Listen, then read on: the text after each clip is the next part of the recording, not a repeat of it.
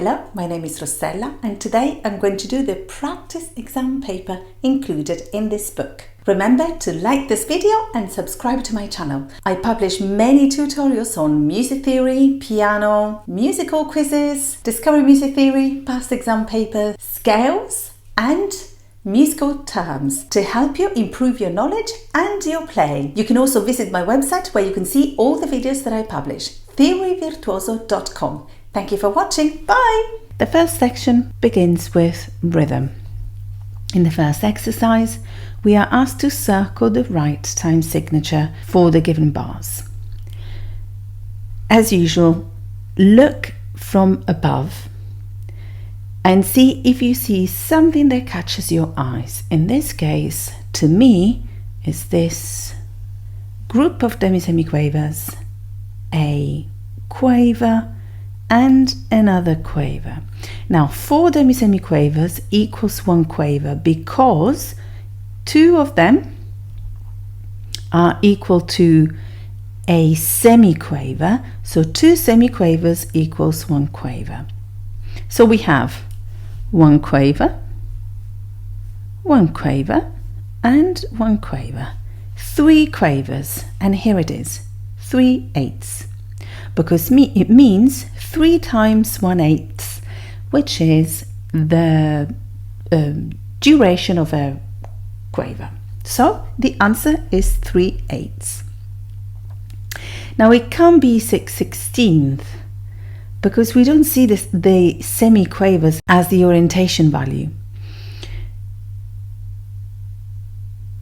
And 4/8 is just incorrect because it means 4 quavers in a bar, and here we have just 3. So here it is, 3/8. In the next one, well, this bar is really long, and what catches our eyes is this duplet. Now the duplet in this way is must appear in compound time, because in simple time 2 crotchets would fit perfectly within the 2 subdivisions. So 2 of them are equal to 3 of the same kind in compound time, and then we have 1, 2 and other 3 crotchets. Okay, as you can see, I've already grouped them in 3 because this is a compound time. It is absolutely visible from this duplet. So 9/8 is compound, but it's not in crotchets, but it's in quavers. And the only possible answer would be 6/4, because 6/4 is exactly what it is here, 2 groups of 3 crotchets. There you go. So it's worth noting that 6/4 is not 2 plus 2 plus 2 crotchets, but it's 3 plus 3, exactly as it is here. This is very important. It is a compound time, and the compound times have 3 subdivisions. So 1 and 2 and. If you're unsure of what I'm saying, go and watch my previous videos from other grades, Discover Music Theory grade 3 or grade 2, I think, but probably just grade 3, where you can see in detail what I'm talking about, this 1 and then 1 and. I will make another tutorial about it, but for now just go and refer to that video if you want to know more. But we need 3 subdivisions. It can be 3 halves because 3 halves is 3 minims, whereas here and it is a simple time, so it's 1 and 2 and 3 and, okay? And in this case it's compound, so this is the difference between this and this. This is simple time, this is compound time. So in other words, in 3 halves we wouldn't have the duplet here. Okay.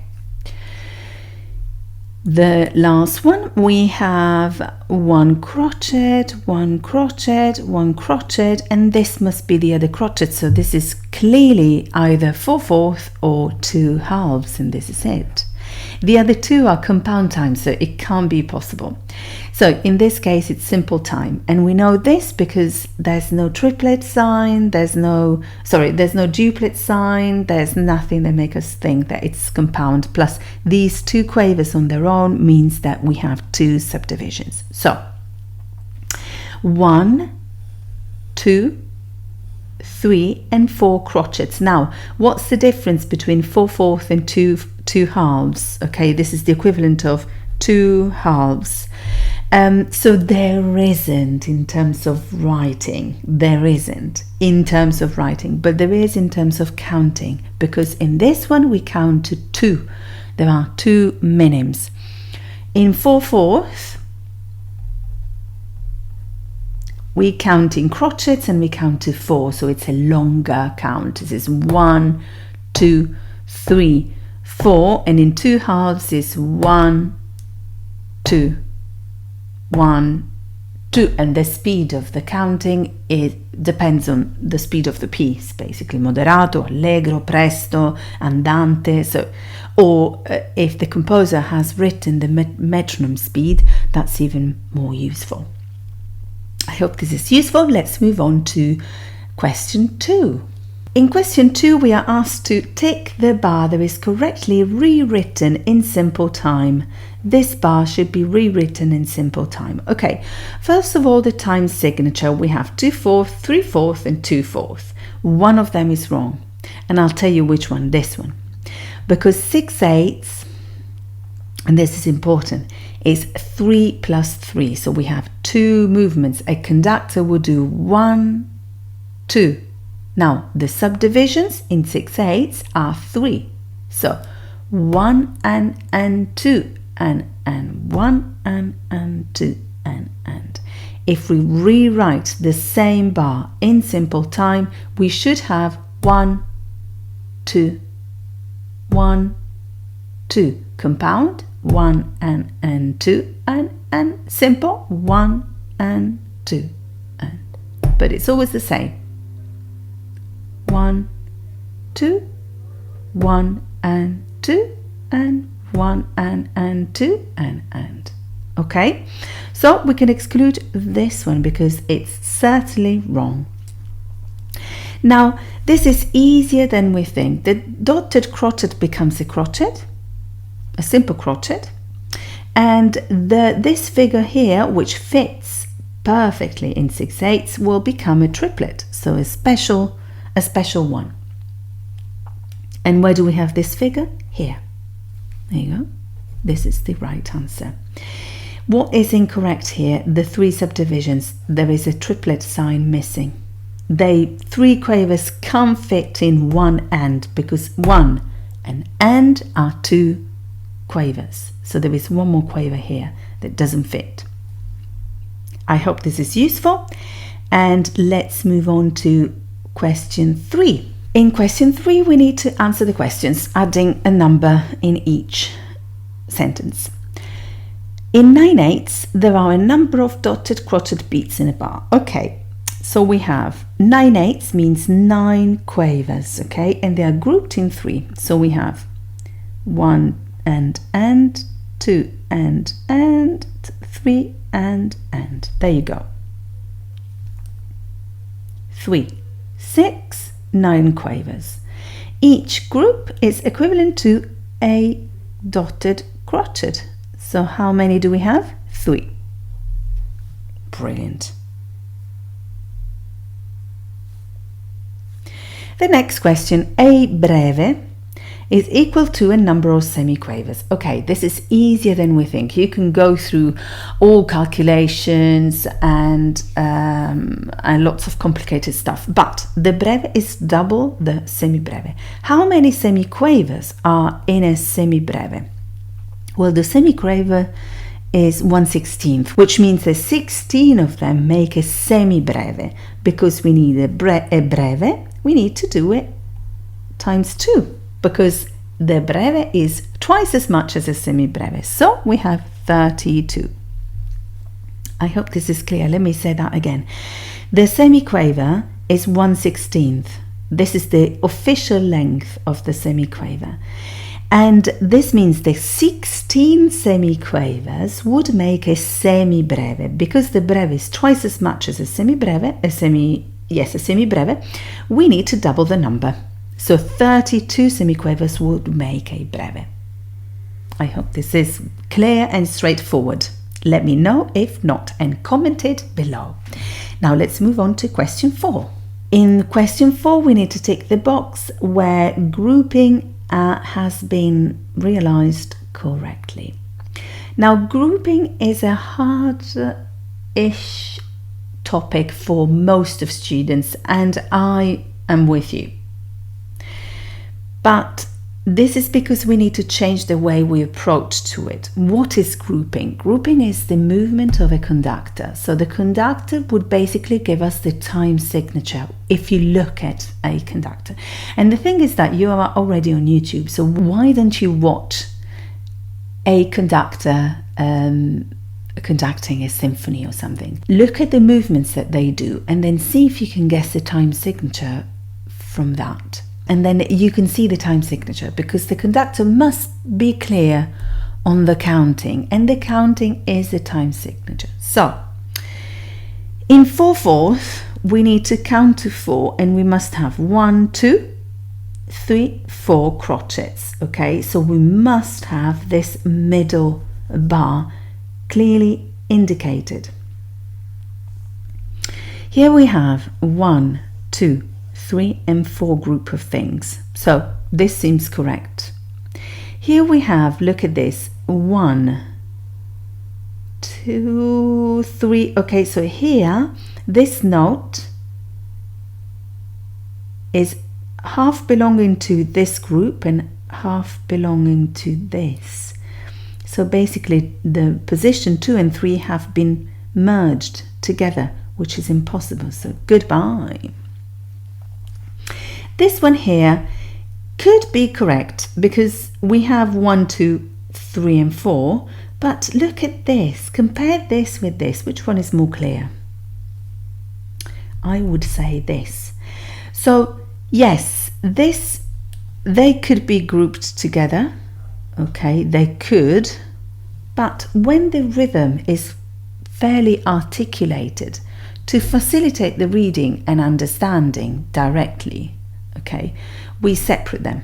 It is better to separate them because this is too confusing for a sight reader. Okay, so the right answer is this.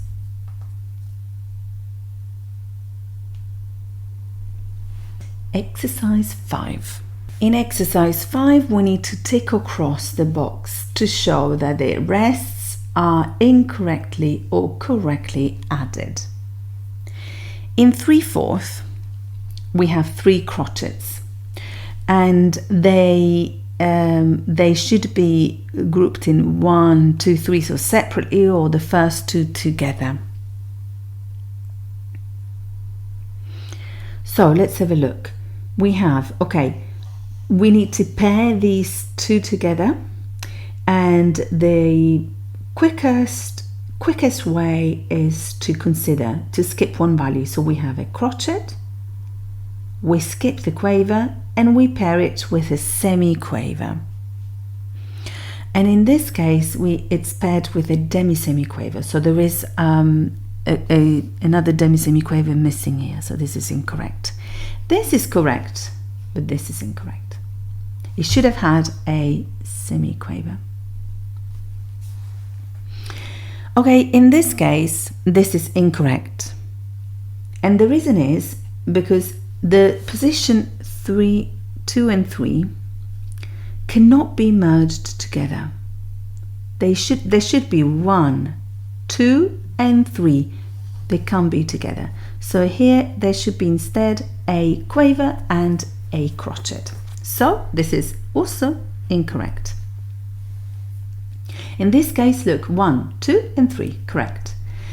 I know what you're thinking. Can we merge these 2 into a minim rest? No, because this can happen in the first 2 positions, but not between 2 and 3. So only these 2 can be joined.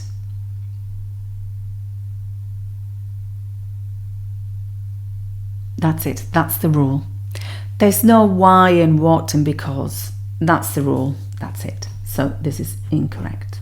We've done the first section. Let's move on to the second section relating to pitch. In this section, we need to tick the box that shows the correct name for the given notes. We have bass clef, treble clef, and the alto clef. There are lots of ledger lines, double flat, and etc. Do not worry at all. Follow me. This is middle C in treble clef, and we know that the bass clef is the treble clef plus 2.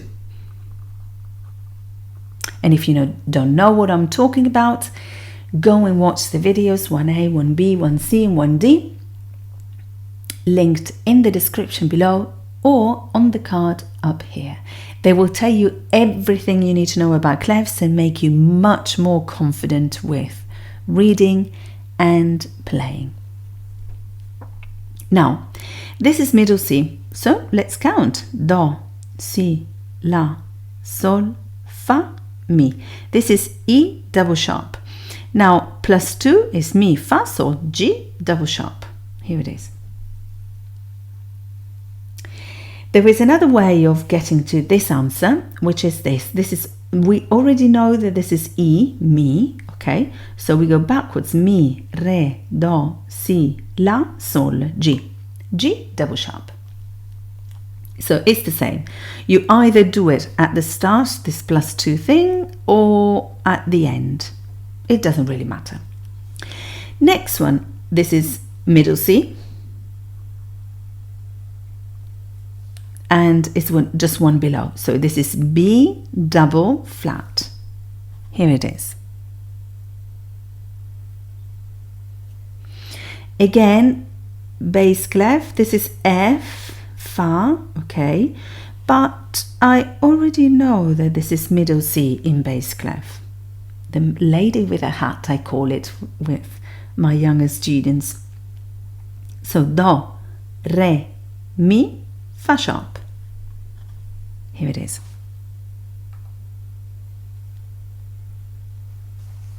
Fa sharp. Do, re, mi, fa. Now you can count from here. Yes, you can.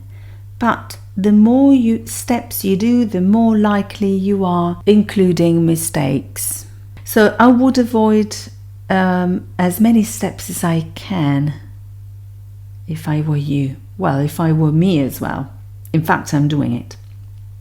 So if you remember a few key notes, that would help a lot. One on the top, one in the middle of the stave, and one at the bottom of the stave. That would be really helpful. Also for sight reading, anything you do. So theory or playing, that's the same. The alto clef is treble clef plus 1. So let's read this note in treble clef. This is la, si, do. So in treble clef, this note is C flat, do flat, basically. Okay, plus 1 equals D flat.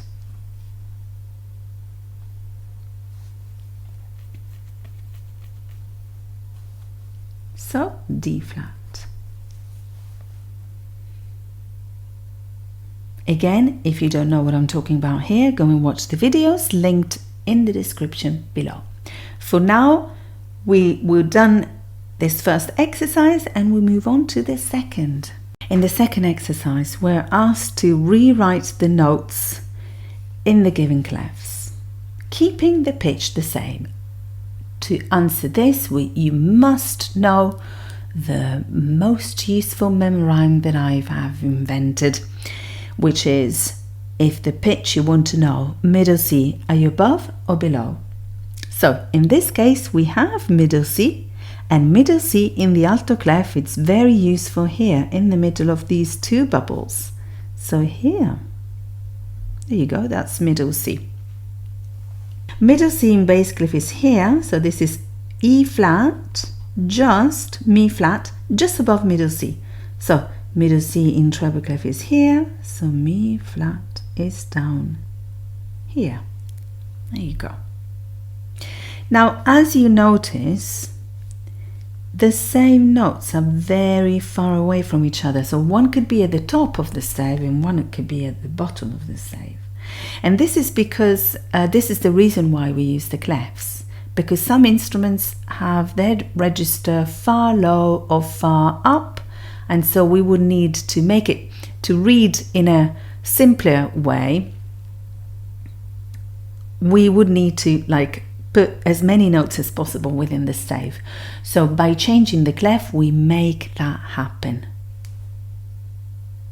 I hope this is useful. Let me know if not. And let's move on to question 3.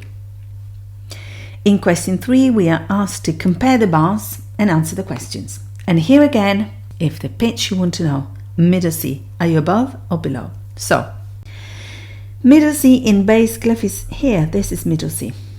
Middle C in treble in the alto clef is here. And so far they are the same. Look, they are the same pitch, A and B. And middle C in treble clef is here.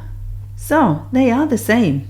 All of them are the same because middle C is in the same place in each bar. So B and C are the same pitch. Yes. C is 1 octave lower than A. No, because they are all the same pitch. You see, it is very quick if you do it this way.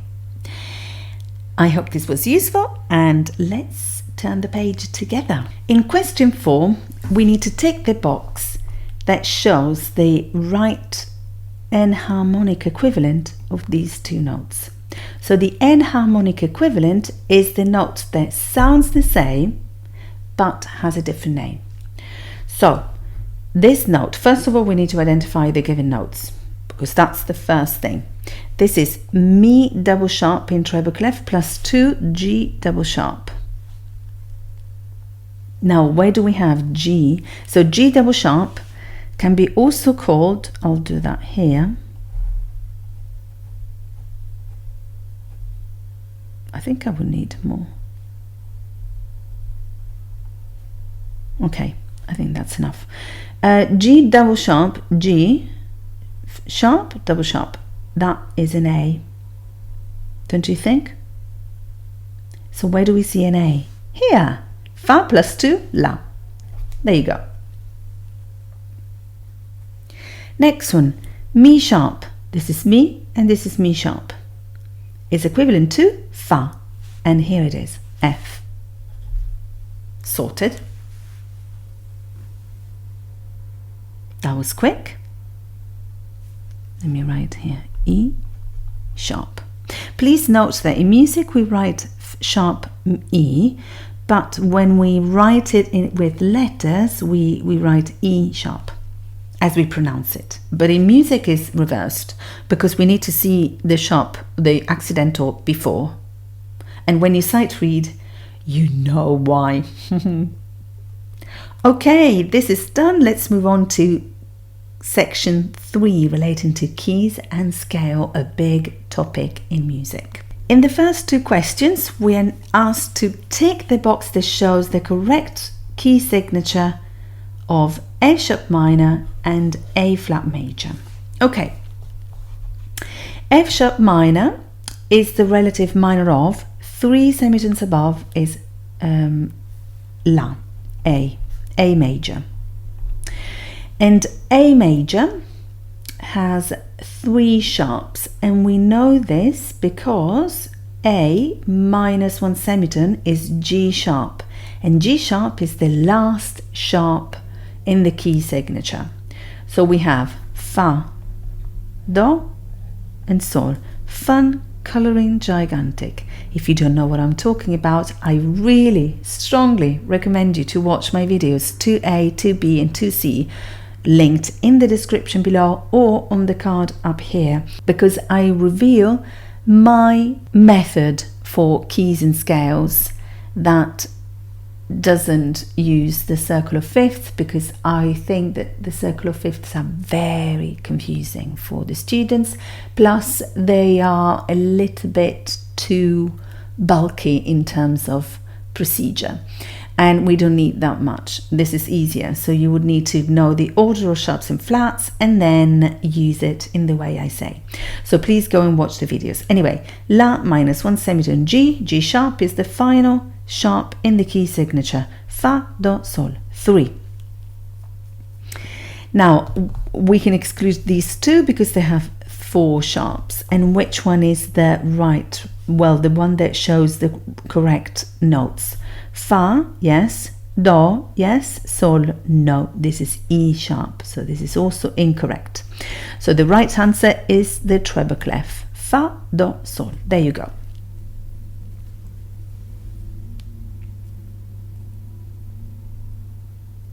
In the second question, we have the flats. Now, the procedure with the flat is different and easier, I think. It's a bit quicker. The key, major key, is the penultimate flat. So, Si, Mi, La, Re. Oh, sorry. Re. Perfect. So we have 4 flats, and the flats must be Si, Mi, La, Re. We have 5 flats here, goodbye. We have 3 flats here, goodbye. Okay, we have 4 and 4 again. Let's have a look. Si, okay. Mi, La, Re. There you go. This is the right answer. But let's check that this is incorrect. Si, okay. Mi, okay. La, okay. And this is not Re, but it's Do flat. So this is incorrect. And the correct answer is the bass clef. Let me circle this because this is the penultimate flat. Yeah, perfect. Are you happy? Exercise. In this third question, we are asked to circle the correct key for the given melodies. And then this is a little bit laborious, this question, as I always say, but it's worth following these passages. I made it as short as possible, but we can't skip these things. Again, it is vital that you know my system of identifying keys and scales and key signatures. So go and watch the videos that I talked about before. 2A, 2B, 2C linked in the description below. Okay, so we have a melody with no key signature, but we have 1 sharp, which is Do sharp. Okay, first of all, the order of sharps and flats. Fa, Do, Sol, Re, La, Mi, Si. Fun coloring gigantic drawings after eating breakfast, and you can make up your own sentence and let me know. The flats: big, elephants, 8, dinosaurs, goat, cheese, and figs, which is the sharps in reverse. Si, Mi, La, Re, Sol, Do, Fa. Okay, now if we have Do sharp, we must have Fa sharp, unless this Do sharp, so it can't be like D major, it can't be, which has 2 sharps, because in D major, again, this Fa would be sharp, so no.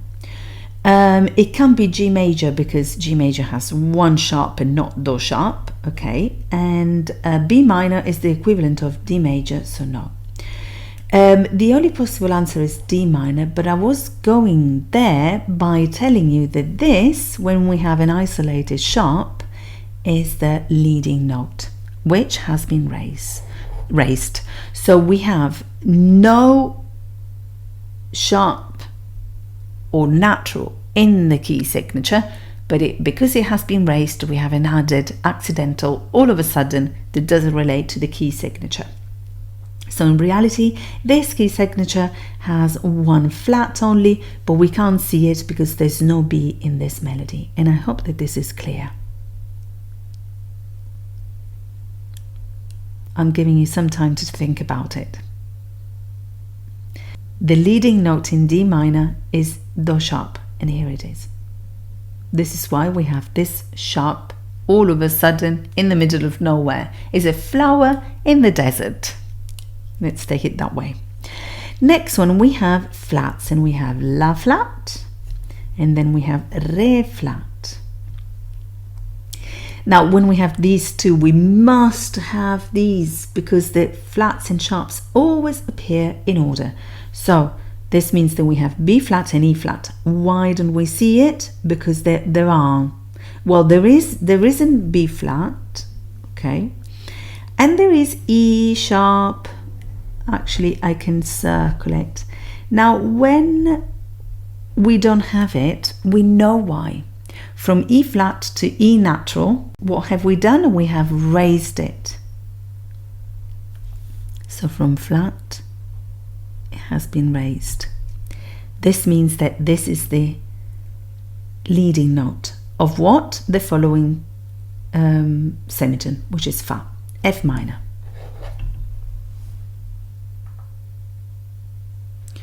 It cannot be A flat major because A flat major has 4 flats including E, and in this case it's not flat. B flat major has only 2 flats, and in this case we have D and A, so no. G minor is the relative minor of B flat major, so the same as here. The only possible answer is F minor. Let's move on. In the next question we have flats again, so I would just delete this, rub them out. Okay, we have Re flat, La flat, G flat, interesting, E flat and A flat. We don't have any B here, but it means that it's also flat. So we have simplified flats. This means that the key is D, flat major. It can be B flat major because it has just 2 flats. It can be A flat because it has just 4 flats, so it wouldn't justify the presence of this. And F minor is the relative minor of F major, and this means that also E must be natural, raised, for the same reason as here. So here it is. Now, it takes a while, but it's safe. This method is absolutely safe and it works all the time. So if you need, watch it again, ask me questions, I'm always here. And by the way, I love reading your comments, so please do comment your feelings and your musical studies. Tell me something about you in the comments below. Question 4. In this question we are asked to circle true or false depending on whether the chromatic scales are written correctly or not. So first of all, our useful keyboard, very long.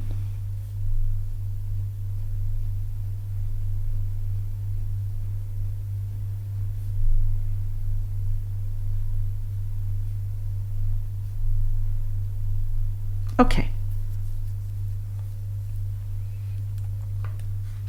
Let's start.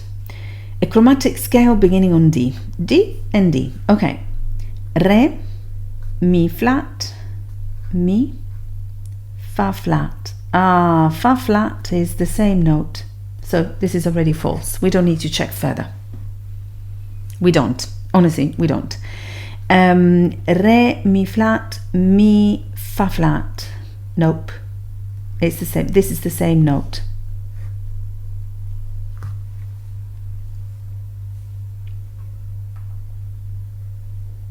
Second example, a descending scale starting on G. Okay, Sol, Fa sharp, Mi sharp, yes, Mi, Re sharp, Re, Do sharp, B sharp, B, La sharp, La, So sharp, Sol. Correct. Let's do that again.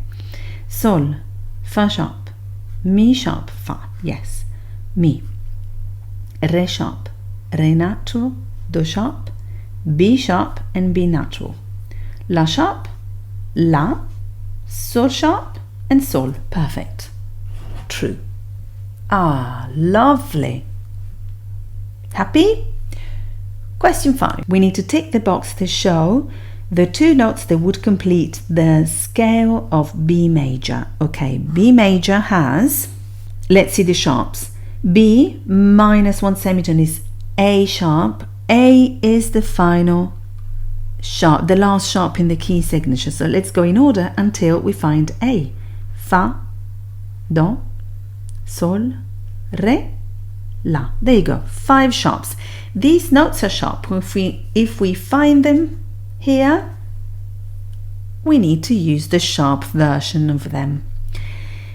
Si, Do, Re, Mi. So here we need an E. Is E sharp? No, so E.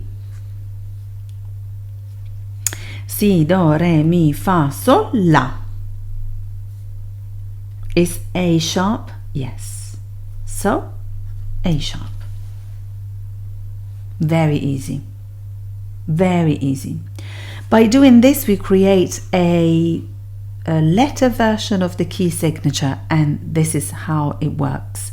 So Si, Do, Re, Mi, not sharp, so Mi. Fa, Sol, La, sharp. Si. Perfect. All done.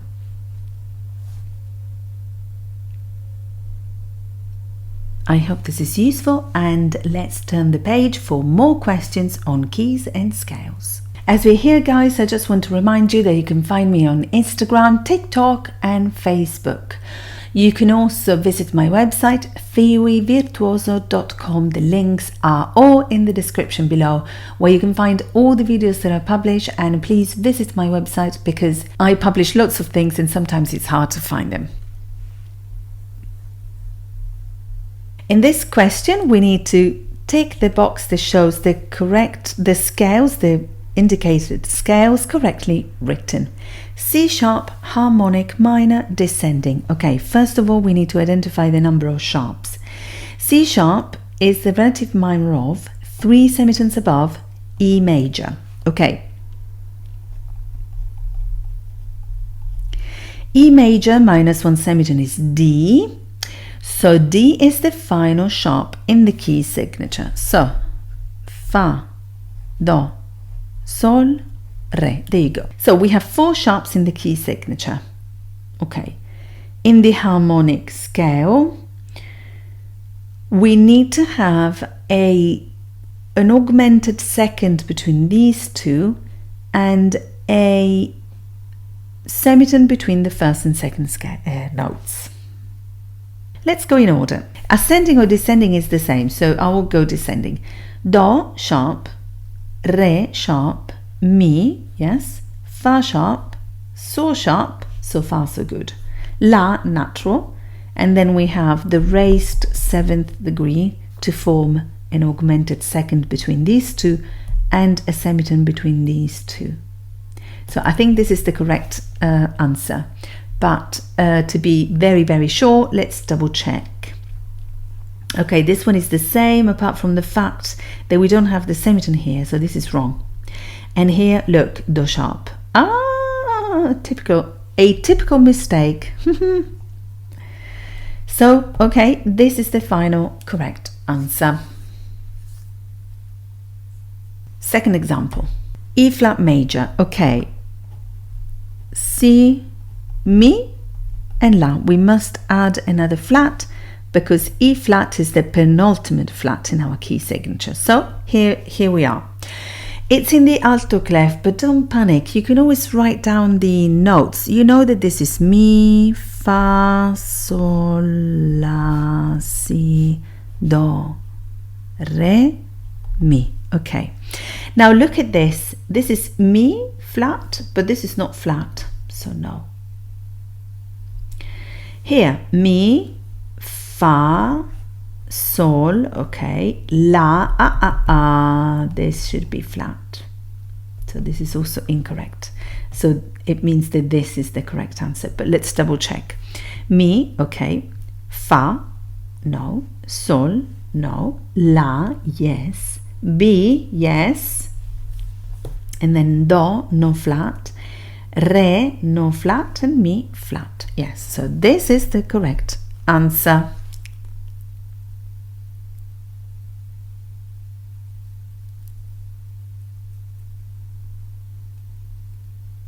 Are you happy? So you basically need to double check with the given key signature. Well, the key signature that we find. Okay, exercise 7, the last one of this section. We have to look at the scale and circle true or false depending on whether the statements are correct or not. Let's have a look first. This is E, okay, and we have 4 sharps. Mi, re, do, si, la, sol, fa, mi. So this is an E major scale correctly written. Because E major minus 1 semitone is D, so D is the last sharp in the key signature. So fa, do, sol, re, 4 sharps. Fa, do, sol, re. Let's see. This is the correctly written scale of E major descending. Yes. The largest interval between 2 notes next to each other is a major second. Yes. Could it be different? Yes. With the harmonic scale, you can have an augmented second, as we said above. So, yes, it could be something, the biggest interval could be an augmented second, which is a semitone more than a major. There are 2 pairs of semitones in this scale. Yes, every major scale has 2 pairs of semitones, because we have it between the last 2 notes and then 3rd and 4th degree. Yeah, so this is true. Removing the sharp from the median, which is the 3rd degree, and it's this one, would change this scale into a E harmonic minor scale. No, because to be harmonic we need also to change this do must be natural, otherwise we can't form an augmented second here. So this is false. It would be a minor scale, but not harmonic. It would be melodic, ascending. So in a descending version, it is wrong as well. Does it make sense? I hope so. In the meantime, let's go on to the next session, which relates to intervals. In this first question, we need to write the correct interval. Okay, so we have,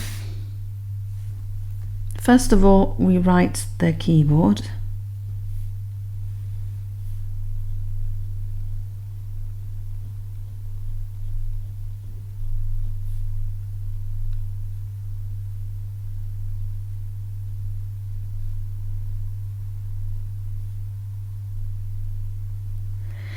And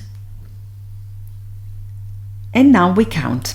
Okay, with the intervals as well, I will make a video about it, I promise. I have another system for counting the 6th and the 7th, and it is as follows.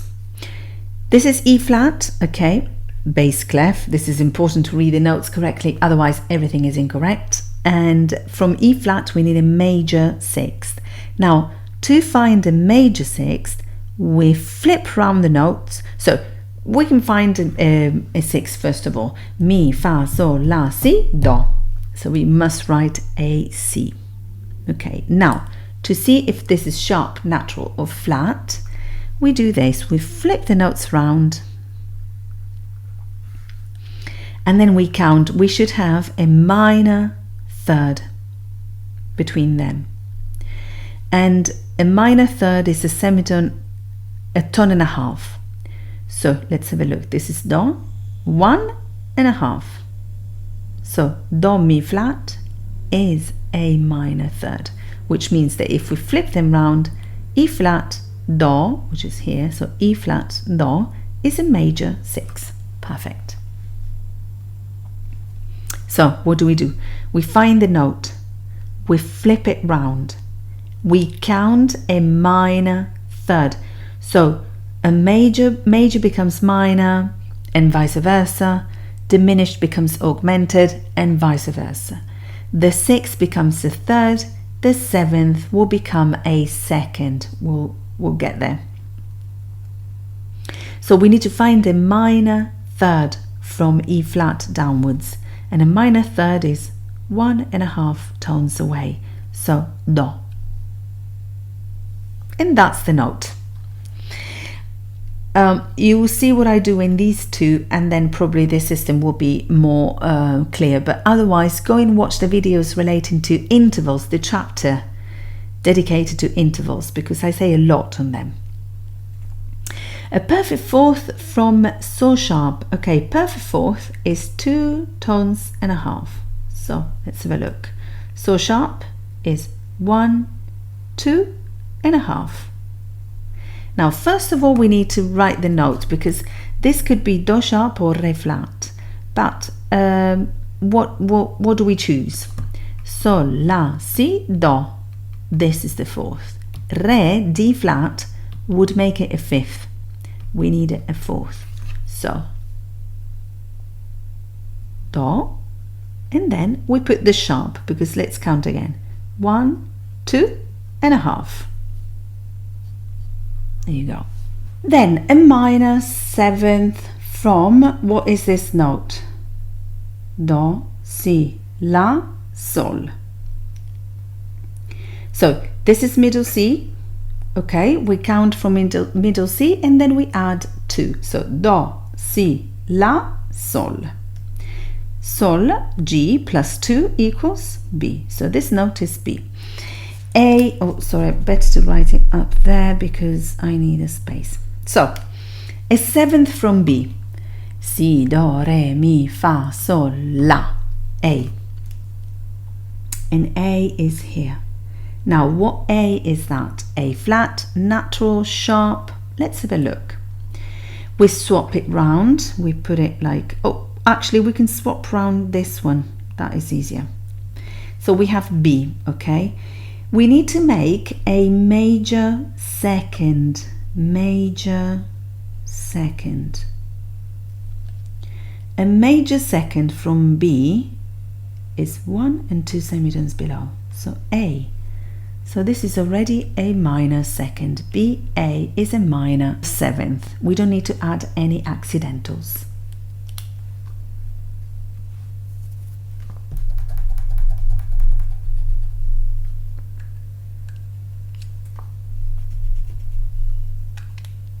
Next one, a minor third from B, because this is B.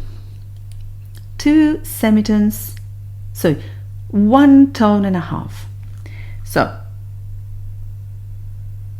1, 2, that's 1 tone and a half. That is D. There you go. Again, 1 and a half. A major 7th from Do sharp. We need to find the note. Do, re, mi, fa, sol, la, si, B. So we write the note here. Then we flip them round and we need to find a minor second. Now from Do sharp, a minor second is a semitone below. This is B. We must call it B and not C, otherwise it's an octave. B sharp. So we need a sharp here. Therefore, when we flip it round, we would have a major. A minor second flipped round would make a major 7th. So we need a sharp.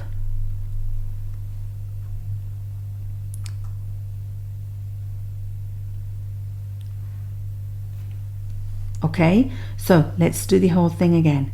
Do sharp, 1 semitone below, a minor second, is B sharp. If we flip it round, is a major seventh. I hope this is clear. Let me know if not. In augmented fifth, okay, so we need to find the perfect fifth first, 3 tones and a half, and then we add a semitone. So from B flat, Si, Do, Re, Mi, Fa, okay, we have F. Now, 3 tones and a half plus another half. So 1, 2, 3 and a half. So with Fa, it will be a perfect fifth. We need a semitone higher, Fa sharp. There you go. Okay, so let's do that again. B flat, so 1, 2, 3 and a half. That is a perfect fifth. Plus another half is F sharp. There you go. Sorted. And with this, we have concluded this long question. Let's move on to exercise 2. In this question, we need to circle the type of interval, but to understand the type, we need to also write the number, identify the interval. So basically, we have to do the whole thing. So let's write A.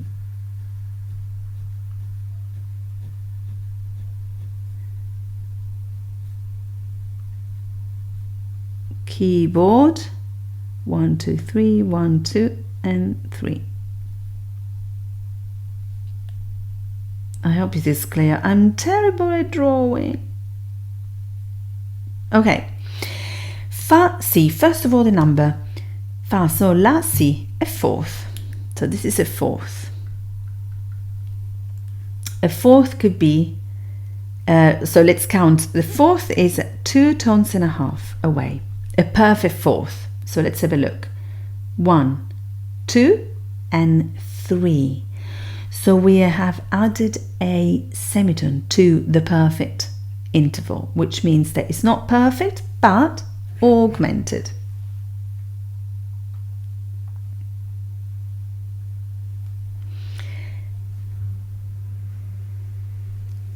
Next one. B sharp. Okay, this is important, the name of the notes, and then E. Si, Do, Re, Mi is another fourth. So 2 tones and a half to make it perfect. So B sharp is here, 1 and 2. This time we have a semitone less, which means that instead of perfect, we have it diminished.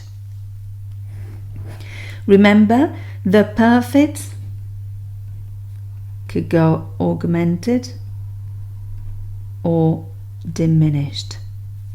Major could be minor or augmented. Okay, so plus 1 semitone, minus 1 semitone. So perfect minus 1 semitone equals diminished. Next one, Re flat and Mi flat. Look, it's a second, and because we have 2 semitones, it's a major second. Easy peasy. And the last one, E flat and Do. So it's a sixth. Mi, Fa, Sol, La, Si, Do. Now a sixth, we know that we need to swap them round, flip them round, and then we find a third. What kind of third is it? Do, Mi flat is 1.5 tones, which means there is a minor third. Now a minor third swapped round is a major sixth. So this is a major sixth.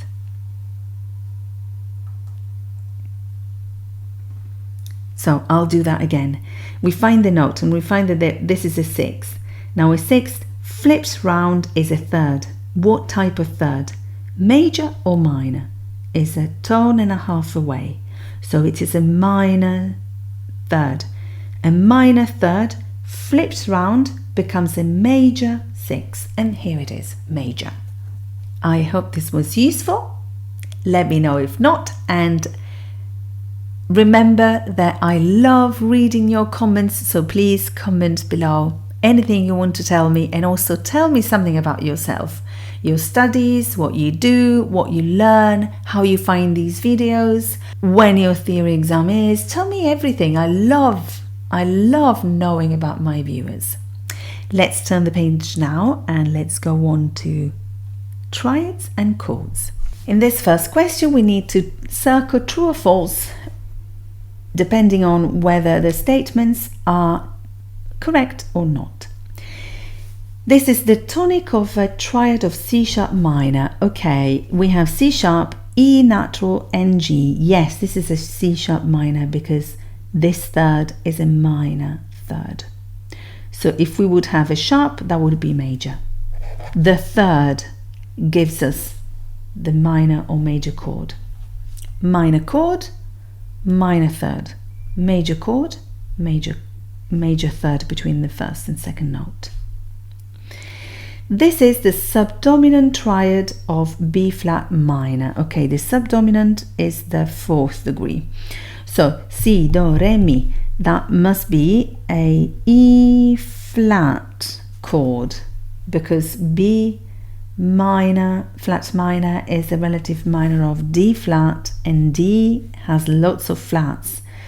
Is like Si, Mi, La, Re, Sol.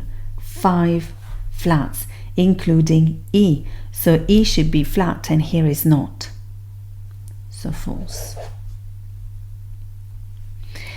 This is the dominant triad of A major. Now A major has 3 sharps because A minus 1 semitone is D, and this is the last sharp in the key signature. So Fa, Do, Sol, Re. The dominant of A is La, Si, Do, Re, Mi, E. The 5th degree, so E major. This is a chord on E, but we need G sharp, which we don't have because it is in the key signature. So this is also false.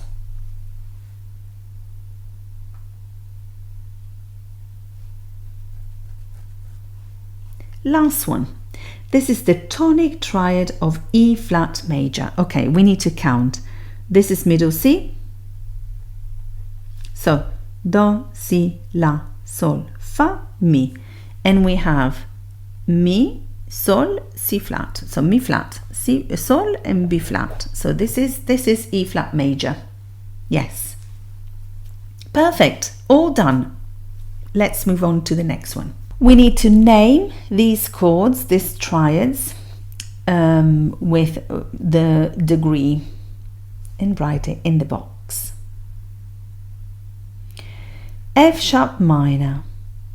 So we are in F sharp minor. What is this chord?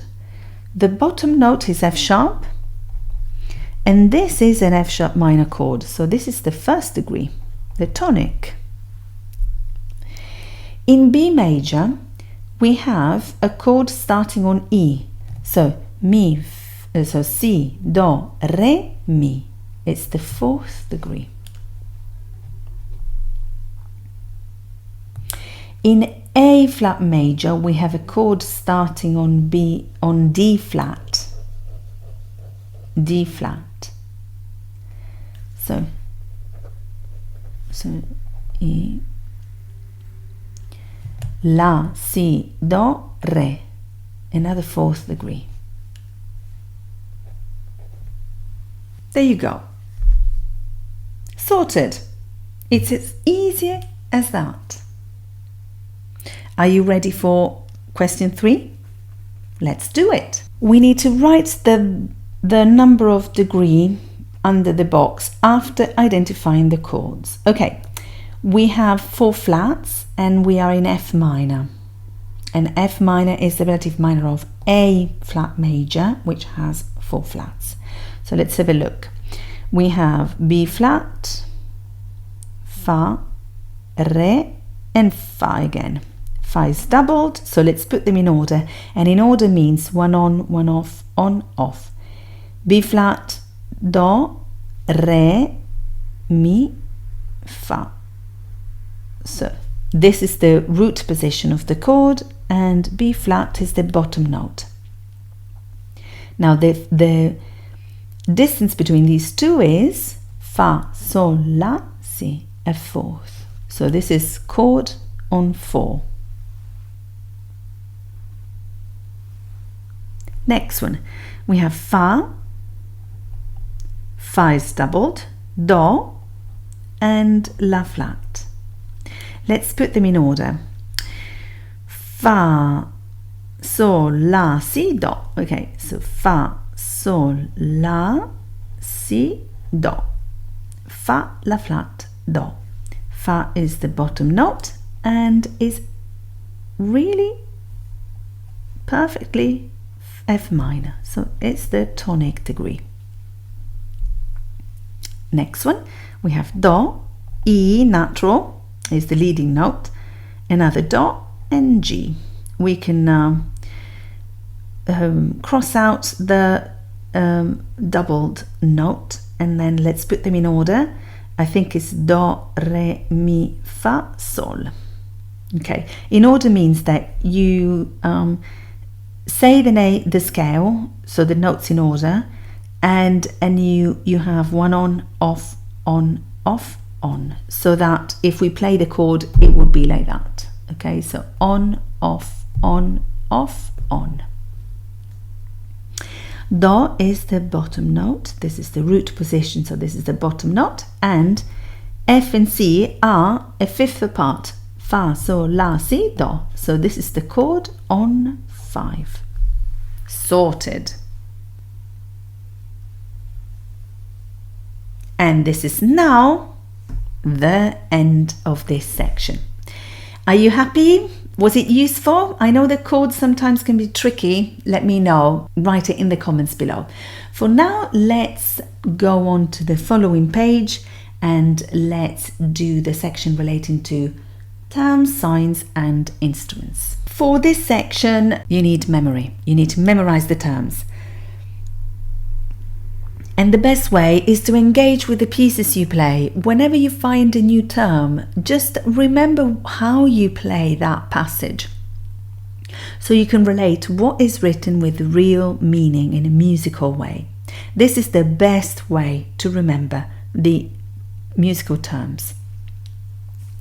Alla marcia means in the style of a march. March, marcia. You can know it, you can remember it that way. Con brio means lively. Brio, blah, blah, blah, bubbly. So lively. There you go. It's bubbling. Brio means really bubbling, like, yeah, something like that. Stringendo. Okay, stringendo is really interesting because stringendo means narrowing. So there is a metaphor of considering the notes in time and space that are equivalent, like in astrophysics. So if the notes are this distance apart, if we narrow them, we make them in time quicker. So it's gradually getting faster. Stringendo means getting, as opposed to stretto, which means already narrowed, already fast. It's not the process of, the fact has happened already. So you know, from one to another. So stringendo, narrowing the notes, squeezing the notes. Yeah, squeezing.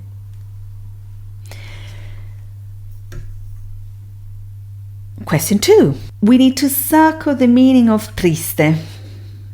Mesto. That means sad. Triste and mesto means sad.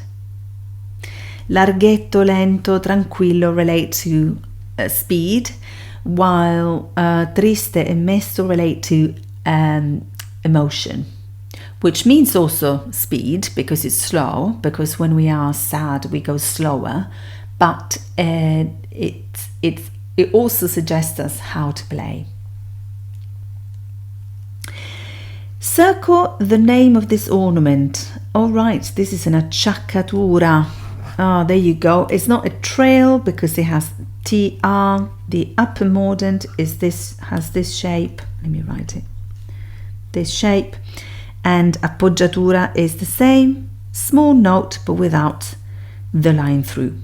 Acciaccatura. Tra, tra. Done.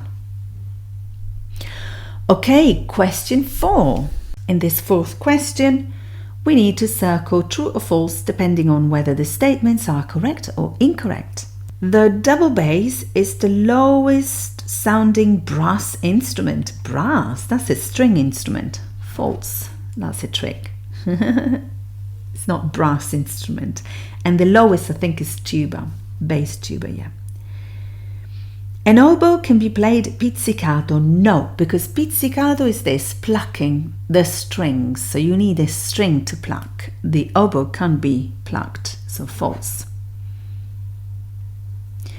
The timpani produce sounds of definite pitch. Yes, in fact you have also a tuner that says A, F, F sharp, G. So it tells you there is a tuner, there is a thing that you move and then you tune the timpani by stretching more the leather above or less. If it's more stretched, higher pitch, less stretched, lower pitch. So yes. The viola uses the bass clef. No, it's the alto clef.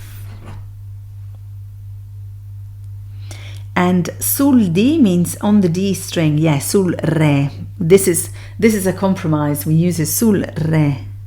Sul re. It means on the D string. Yes. This is half Italian, half English. So this is why you find it only in modern scores, because in traditional scores you only see the Italian terms. This is like a simplified version of the proper term. Yeah. Sorted. Let's turn the page for the final section of this practice exam paper. This section is about answering a question relating to a piece of music that is just on the top of the page. Let's have a look. Which bar has the same rhythm of bar 6? Okay, the same rhythm of bar 6 is bar 5, the bar before. Here it is. And here you can find it. Da, ti, da, ti, da. Well, it's vivace, so da, ti, da, ti, da. Da, ti, da, ti, da. Which bar contains all the notes of the tonic triad of F minor? Well, it's bar 8, because it contains all the notes of that with a passage note that you see circled. So bar 8. How many intervals of a perfect octave are there in this melody? And the answer is 4. And here they are.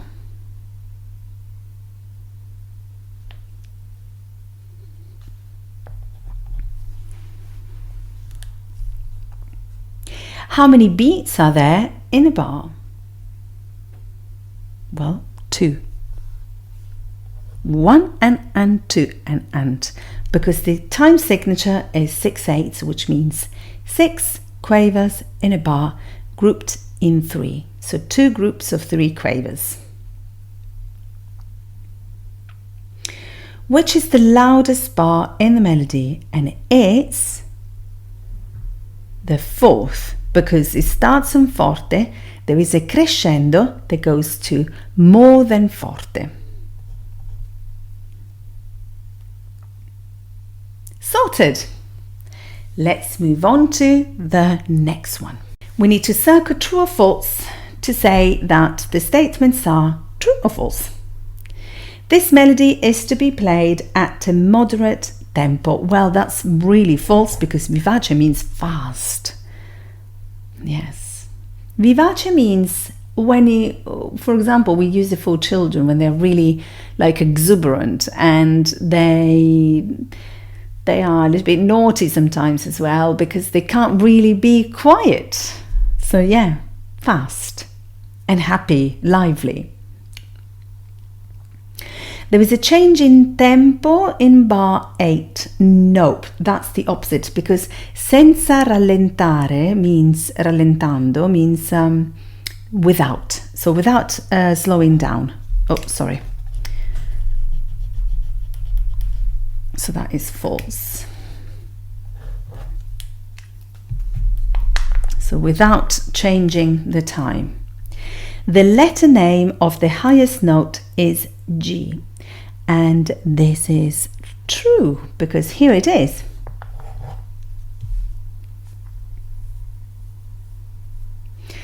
And now that we've finished question 2, let's turn the page and let's move on to the final 2 questions of this paper. In question 3, we need to tick the box that shows the bar that sound the same as bar 3. And again, to answer this question, we need to think of the memorime. If the pitch you want to know, middle C, are you above or below? So in bass clef, middle C would be here. I'm going to write it here. Okay. And this is exactly where the melody is written, but look at this. This is different. It's not flat. It's not F flat in the melody, but it's natural. So this is wrong, although it's written in the same clef and on the same position. This one here could be correct, but we don't have E natural because E is flat. So this note is incorrect, this note is incorrect. So these are the notes that are sounding differently. So the only possible one is this, because exactly this is exactly the same, because middle C is just below the final note. So this is the final answer. Okay, and finally, question 4. In question 4, we need to tick the box that shows bar 4 correctly rewritten twice the value. Okay, let me write here bar 4.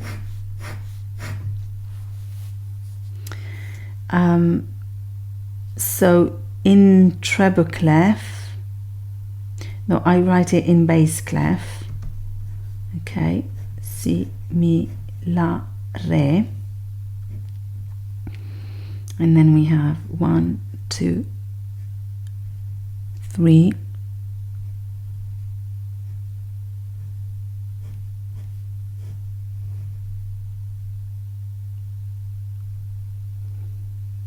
And we have this dotted crochet, a rest,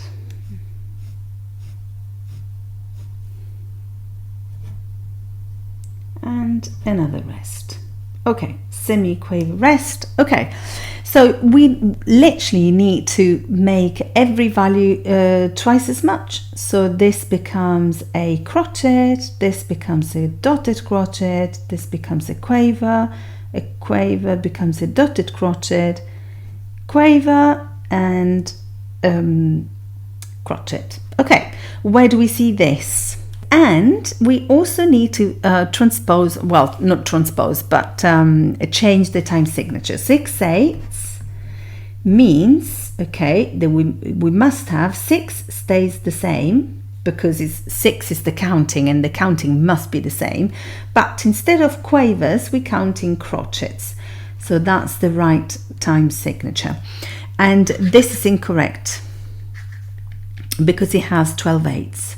One of these two, let's have a look. So this one looks like it, and this one here we have dotted crochet. Oh, a dotted quaver, that would not make sense. So the final answer is the first. There you go. And with this, we have finished our exam. I hope it was useful. Don't forget to comment below, to send me emails, everything. Get in touch with me, because I love it. And don't forget to like and subscribe this video. Thank you. Bye-bye. Thank you for watching, sharing and liking my videos. Remember, tell your friends about it. If it was useful for you, it will be useful for other people too. Now, if you want to watch other tutorials on Discovering Music Theory Grade 4, click here now and enjoy learning. In the meantime, I'd like to thank all those who have messaged or emailed me and left a comment here. I'm glad that my videos were useful for you and let you feel more confident and strong when taking your exams. I'm here for this. Especially the ones who told me that thanks to my videos they got a distinction at their music theory exam, and this makes me very happy. Thank you so much. The merit is all yours, but thank you for letting me know. And of course, please do keep in touch. I love it. Thank you. Happy music. Bye.